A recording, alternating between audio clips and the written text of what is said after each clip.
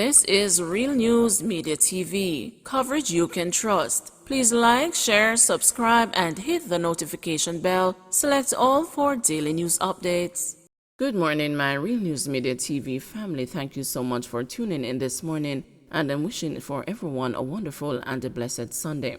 And in the news this morning for September 24, 2023, 8-year-old St. Anne schoolgirl raped and murdered. Suspect attempted suicide, says police.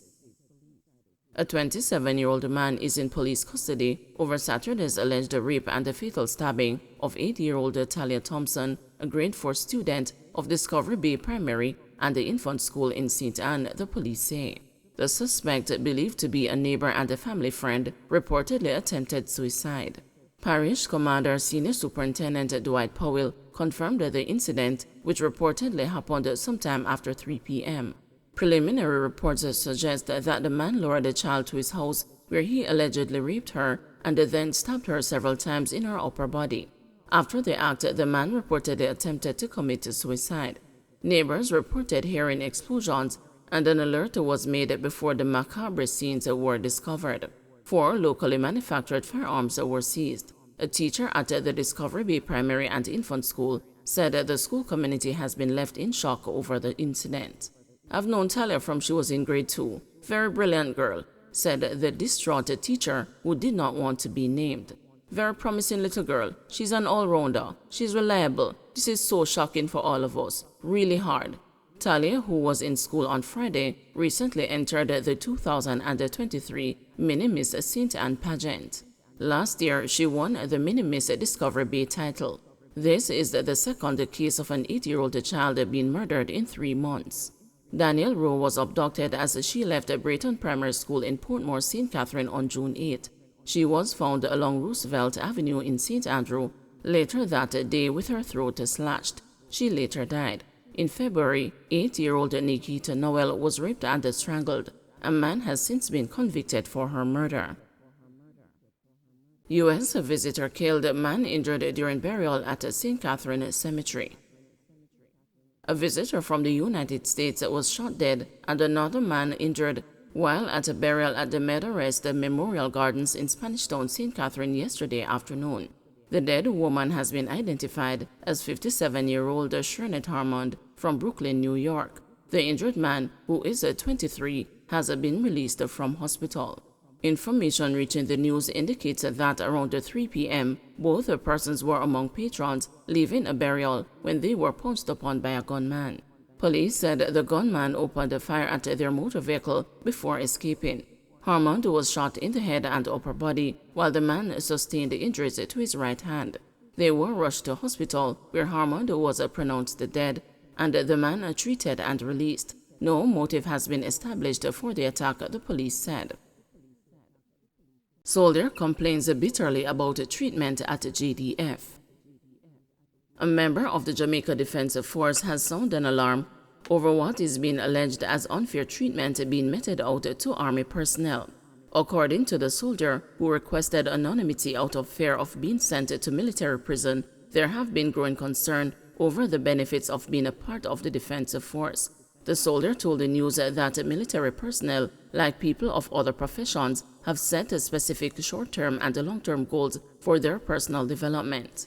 However, the soldier stated that those goals seem unattainable based on alleged interferences by those in high places of the JDF. "Normally we have certain goals like getting our visa, or licensed firearm, a house, and a car. The older soldiers always encourage us to get those things as quickly as possible, because it was harder for them to acquire them. So as younger youths join the JDF, we try to get those things done," the soldier said. The JDF member continued, "But there is something that has been going on over the JDF, and because we don't have a union, we do not have anybody to represent us. They're saying that they notice that the soldiers are using the force as a stepping stone, and I think they're trying to stop us from getting these things." The soldier argued that the defense force has also made it harder for military men and women to achieve those personal goals in their first stint, subsequently pushing them to sign additional contracts.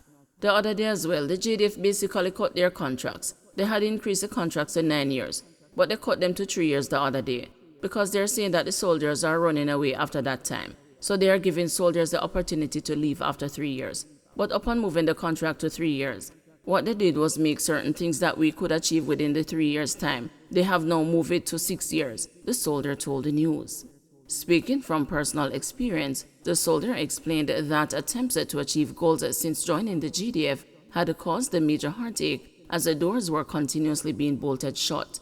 In one specific instance, the JDF soldier stated that an application to obtain a license for a firearm was denied by the Firearm Licensing Authority.